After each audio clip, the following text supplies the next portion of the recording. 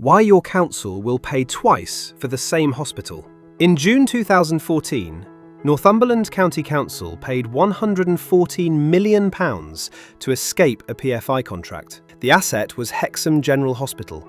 The council borrowed the money, bought out the private operator, and took control of the hospital themselves. In doing so, they saved around £3.5 million every year. Sounds like a success story. But here's what most councils miss. Northumberland didn't pay £114 million for a hospital. The hospital had already been paid for. What they really paid for was ownership of 22 years of deferred problems. And every council approaching PFI Handback is about to face the same reality. PFI itself wasn't necessarily the problem. The real challenge begins at Handback. Today, hundreds of PFI contracts remain active across the UK, and many will expire within the next decade. That means councils, NHS trusts, and public sector estates teams are about to inherit assets they've never fully controlled. PFI was created to solve a funding problem. The private sector financed, designed, built, and operated public assets, while the public sector paid an annual charge. Part of that annual charge went into a lifecycle fund.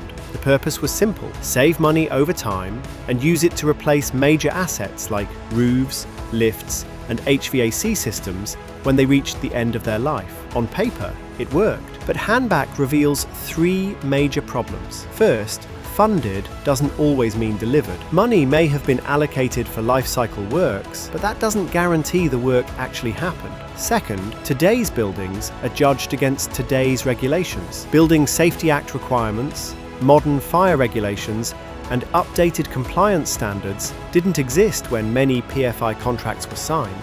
Third, the investors sitting across the table have negotiated handbacks before. Most councils haven't. That creates a significant information gap. So let's go back to Hexham. The £114 million wasn't the cost of a hospital. It was the cost of taking ownership of deferred lifecycle works, compliance obligations, and asset condition issues. The annual savings were real, but so was the bill. And that's the lesson. At Handback, you're not paying for the building, you're paying for the gap between what the contract says and what the building actually is. So start early. Commission independent surveys, audit lifecycle spending, and treat Handback as a long-term program, not a last-minute contract event, because the most expensive number in any PFI contract is usually the one nobody measured. I've written this up properly.